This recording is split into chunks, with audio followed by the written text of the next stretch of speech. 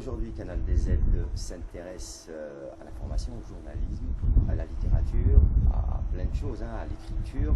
Et pour ça, nous sommes rapprochés de vous, Monsieur Khaled Abdelhadj, pour certains très connus, pour d'autres connus sous un autre nom. Mais on va d'abord parler de Monsieur Khaled Abdelhadj pour savoir un peu qui est Khaled Abdelhadj au juste. Voilà, déjà on va enlever le monsieur. Ça va simplifier les choses. Khaled Abdelhadj est un Algérien qui a un cursus des plus normaux, si on peut dire, que passer par les bancs de l'école publique. Ensuite, ceux de l'université est un cursus normal, donc universitaire, qui a croisé le journalisme tout à fait par hasard, en descendant des escaliers rue Tanger, ex-rue Tanger, qui tombe nez à nez avec un ancien copain. Et moi, je sortais de l'UNIF à l'époque. Je venais de terminer ma licence. Et je tombe sur ce copain qui me dit il y a un projet de journal au 20 rue de la Liberté. Et à l'époque, en 80, donc, le 20 rue de la Liberté, c'était la seule antre du journalisme d'expression française. Parce que de l'autre côté, il y avait Chab et El Massa. Voilà, donc je me suis embarqué dans une expérience de journalisme dans un journal qui existe toujours d'ailleurs, qui s'appelle Horizon. On a créé de toutes pièces ce journal sous la férule quand même de gens énormes, que moi je considère comme énormes dans la presse. Je pense notamment à celui qui a littéralement fondé ce journal, c'est Ma'amar Farah. Voilà, qui a fait un pari du temps du parti unique, du temps où il faisait pas bon s'exprimer en dehors des lignes. Ce gars-là s'est vu confier un projet de journal pour jeunes. Et il a évité un écueil, ça a été celui de ne pas embaucher de vieilles cylindrées du journalisme. Il a fait appel, on avait une moyenne d'âge, je crois, si je ne m'abuse, de 23 ans au sein de la rédaction. Voilà.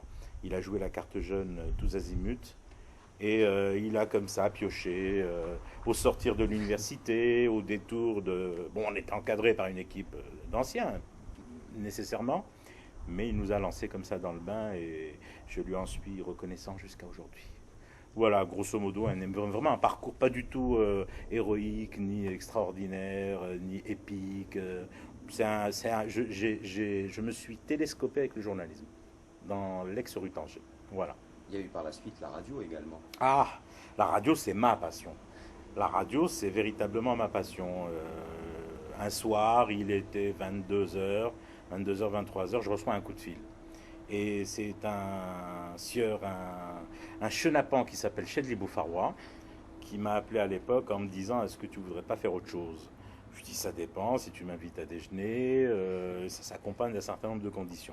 Donc voilà, il m'a proposé d'intégrer. Ça correspondait, si je ne m'abuse, à la première tempête du désert. Voilà. Mais bien avant, je collaborais à la radio, mais de manière au titre de pigiste. Je faisais des chroniques sportives, parce que ma passion, ça a d'abord été... J'ai d'abord appris le journalisme dans la rubrique sportive. Voilà. Mais de manière permanente, j'ai intégré la maison radio avec la première guerre du Golfe. Voilà. Donc j'ai intégré directement de plein pied un métier tout à fait nouveau que je ne connaissais pas, parce que vraiment la radio, moi je me dis tiens, je vais continuer à écrire comme je le fais au journal, mais ça n'avait absolument rien à voir, c'est un tout autre métier. Mais justement, comment ça s'est passé écrire dans un journal, commenter ou faire des pages, des rubriques dans une radio, comment est-ce que ça se passait, le fait d'écrire un papier à tête reposée, le fait de donner une information sur le vif comme ça en direct à la radio? Ça s'est fait dans l'urgence. Ça s'est fait dans l'urgence parce qu'en fait, il y a eu cette guerre du Golfe où il fallait absolument qu'il y ait d'autres médias à côté de CNN. Bon, l'Algérie avait cette ambition. Légitime ou pas, on a réussi, on n'a pas réussi, c'est un débat qui peut avoir lieu après. Mais sur le coup, je suppose que les responsables algériens se sont dit qu'il faut absolument opposer une autre voie sur le traitement de cette guerre du Golfe que le traitement à l'occidental.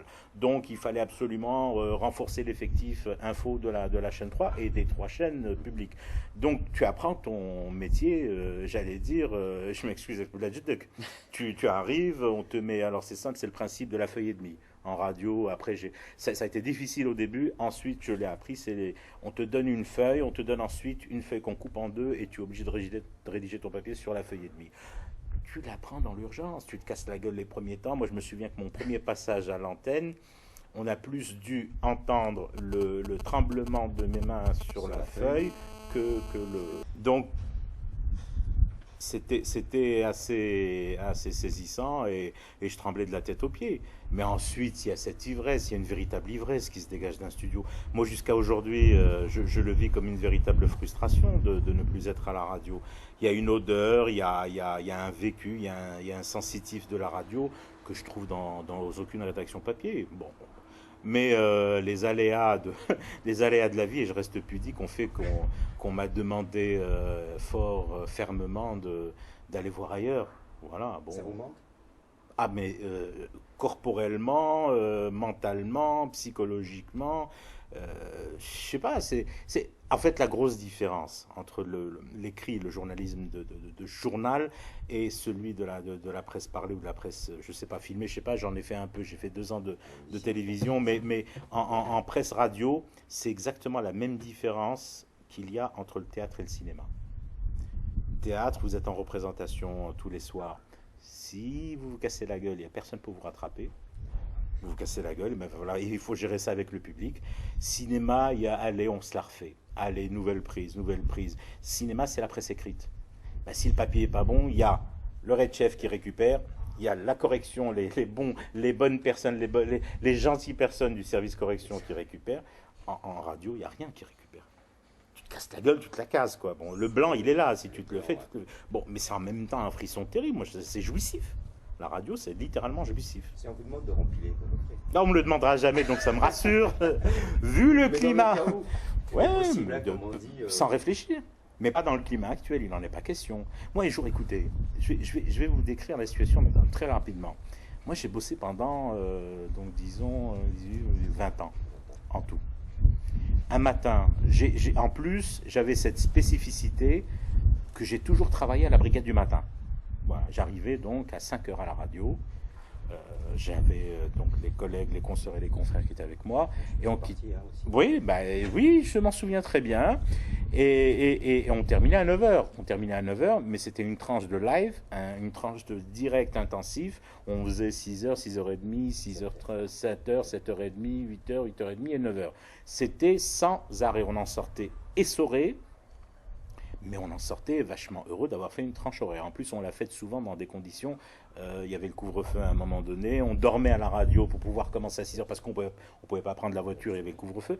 Et puis donc, au bout de tout ça, bon, j'en tire pas un titre de gloire. Je l'ai fait parce que j'avais aussi envie de le faire, c'était ma passion.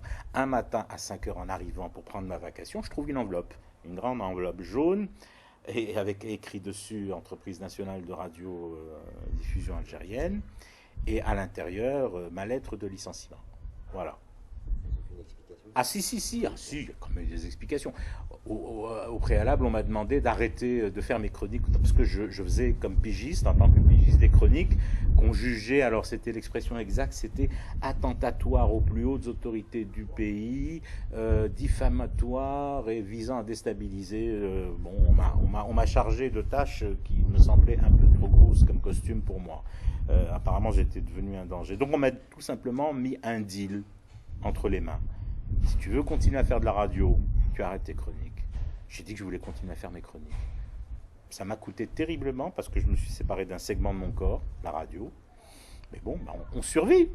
On survit après. On n'en meurt pas. Voilà. Si ça peut rassurer les gens, on ne meurt pas d'avoir quitté la radio.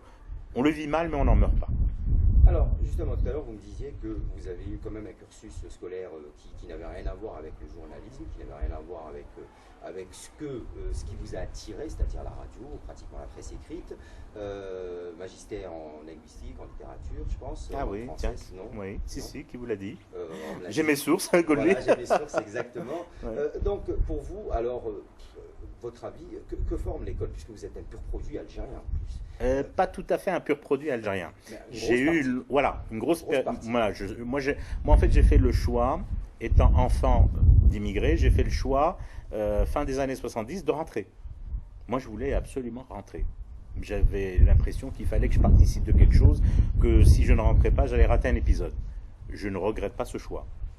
Même s'il y a des moments très difficiles, je ne regrette pas. Donc j'ai quand même fait une partie mais vraiment de ma basse scolarité dans des écoles françaises. Mais ensuite, j'ai intégré tout de suite l'école publique. Et quelle école publique? Dans l'un des plus beaux quartiers populaires d'Alger. Moi, j'étais à Bab El Oued. J'ai passé 7 ans à Arba, au lycée Arba. Tranquille.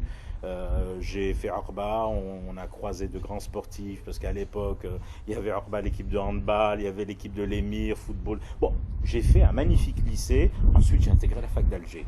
Mais c'est vrai que ça n'avait aucun rapport avec le journalisme. Donc aujourd'hui, l'école, à votre avis, que forme l'école algérienne? Vous, votre appréciation, est-ce que vous pensez que cette formation est bénéfique, même si vous n'avez pas fait l'école du journalisme, alors que vous êtes un des chroniqueurs, je veux dire, les plus en Algérie? De quelle école vous parlez? L'école de journalisme ou l'école... Ah, l'école de manière générale. L'école de manière générale. Bon, je vais pas la jouer nostalgique du style, vous savez, alors complètement, l'école avant mon enfance était beaucoup mieux. Non, c'était une autre époque. Moi, je sais que j'ai fait d'abord une école bilingue, totalement bilingue. J'ai fait des maths en français, donc c'est peut-être pas déjà le même topo. Mon fils aujourd'hui est à l'école, mais ça ne veut pas dire non plus que l'école où va mon fils, qui est une école publique aussi. Là aussi, le continuum. Lui va à une école publique dans ma petite ville, là où je réside, et il ne s'en porte pas plus mal. C'est deux époques différentes, Je crois que la grande chance que nous avons, c'est qu'il y ait eu des substrats, des restes de l'ancienne école qui continuent à militer au sein du milieu enseignant, qui a déjà en partie réussi à passer un flambeau. Bon, mais c'est sûr que c'est pas tout à fait, c'est pas le scénario parfait, l'école algérienne. Mais en même temps, pourquoi voudriez-vous que l'école algérienne échappe au marasme ambiant et j'allais dire quasi généralisé? C'est un pan, l'école est un pan, et elle tient aussi parce qu'il y a des militantes et des militants. Les enseignants, pour moi, c'est réellement de véritables militants et militantes. Parce que pour le salaire de misère, pour les conditions de misère, où je vous cite une anecdote rapidement, ma fille est à l'école primaire, il a fallu qu'on fasse une cotisation pour réparer le chauffage de l'école, parce qu'il était en panne. Il a fallu qu'on fasse des démarches auprès de l'APC pour ramener des chaises, parce qu'il se trouvait qu'il y avait 3 élèves dans sa classe qui étaient condamnés à rester debout. Il n'y avait plus de chaises. Bon, d'accord, ça c'est un aspect qui fait frissonner. Mais en même temps, je suis désolé, moi le message républicain dans l'école où j'emmène mes enfants continue, même si c'est à dose homéopathique, continue à être insufflé aux enfants. Bon, tant que ça peut se faire, tout n'est pas perdu. Voilà. Il faudrait quoi pour que ça soit, on va dire, vraiment très proche de ce que vous avez vécu et ce qui vous a permis d'arriver aujourd'hui où vous en êtes? Ah, il faut une révolution. Mais je vais vous dire, il faut littéralement une révolution. Pourquoi? Parce qu'il ne faudra pas avoir peur de choquer. Disons-le ouvertement. L'école a été victime, comme le reste de la société, d'une montée en force de l'intégrisme. Je suis désolé, moi les mots sont crus dans ma bouche. Et face à cela, face à cette gangrène qui a atteint aussi l'école, comme elle a atteint les hôpitaux, comme elle a atteint la fonction publique, et bien pour l'enlever, ça ne sera pas avec des mots doux. Ce ne sera pas avec des pratiques gentilles, avec des salamalek. Ça ne pourra se faire qu'avec une véritable révolution. C'est-à-dire que le jour où j'entendrai ou verrai un ministre de l'Éducation, et Dieu sait que ce sera difficile à faire, c'est pour ça que je dis qu'il faut une révolution, venir et interdire à un enseignant ou une enseignante de venir en camis avec une barbe et des claquettes, parce que c'est aussi ça le vecteur de l'enseignement, c'est aussi le professeur, c'est aussi l'enseignant. Rétablir les normes universelles d'enseignement, bon, voilà, sa révolution sera en marche. Pour l'instant, elle n'est pas encore. Reda, une franchise, un franc-parler qui vous a valu beaucoup de remords, beaucoup de condamnations, on va dire.